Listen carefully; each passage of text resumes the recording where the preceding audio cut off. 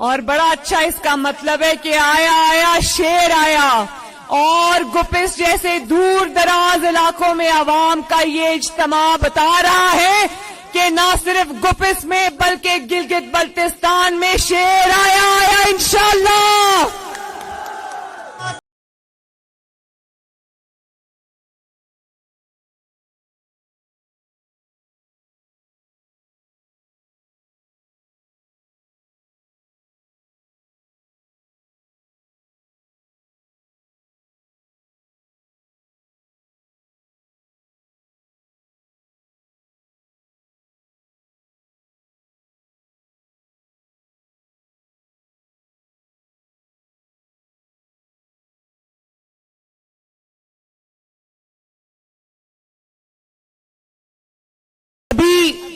میرے کسی مقرر بھائی نے یہ بات کہی تھی کہ ووٹ کو عزت دو اور گپس کو بھی عزت دو. تو گپس کے میرے غیور باسیوں ہاتھ اٹھا کے بتاؤ، جب نواز شریف نے اور حفیظ الرحمان صاحب نے گپس اور یاسین کو درجہ دیا تھا ضلع کا، تو کیا تب گپس کو عزت نہیں ملی تھی؟ ملی تھی نا. اور اب اس کے فنڈز بھی ریلیز ہو چکے ہیں، اس کا نوٹیفیکیشن بھی ہو چکا ہے، لیکن یہ جعلی حکومت ایس پی اور ڈی سی کو روک کر بیٹھی ہے. تو میں آج اس جعلی حکومت سے درخواست نہیں کروں گی، میں نے کبھی اس جعلی حکومت کو نہ حکومت سمجھا ہے نہ اس سے درخواست کی ہے. میں یہ ضرور کہوں گی کہ ان کے نصیب میں عوام کی خدمت کرنا لکھا ہی نہیں ہے. جس کے نصیب میں عوام کی خدمت کرنا لکھا ہی نہیں ہے.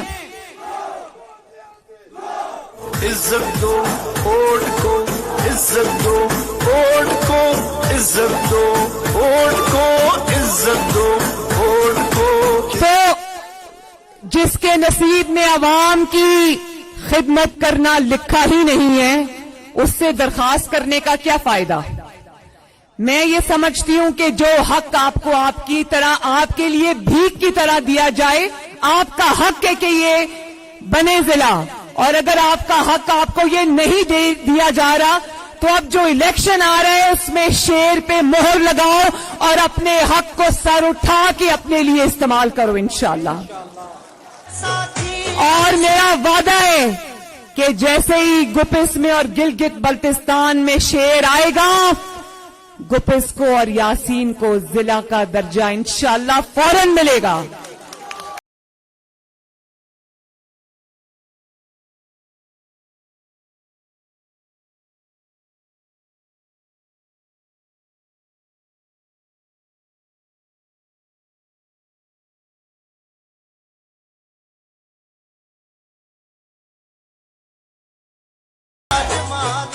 جب سے میں نے گلگت بلتستان کی زمین پہ قدم رکھا ہے، میری نواز شریف سے محبت میں ان پہاڑوں جتنا اضافہ ہو گیا.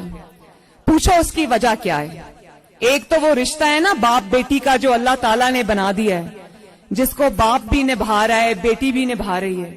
لیکن ایک وہ رشتہ ہے جو اس خدمت کو دیکھ کے میرا نواز شریف سے اور بھی مضبوط ہو گیا ہے.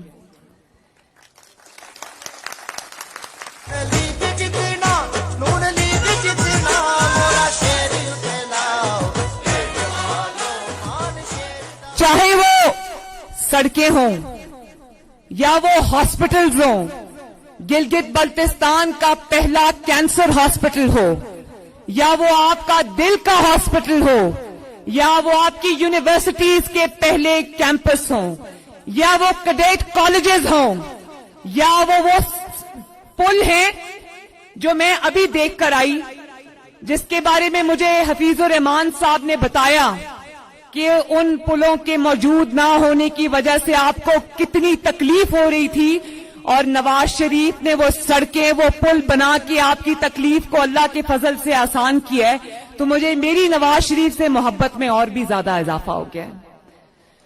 اور پھر چاہے وہ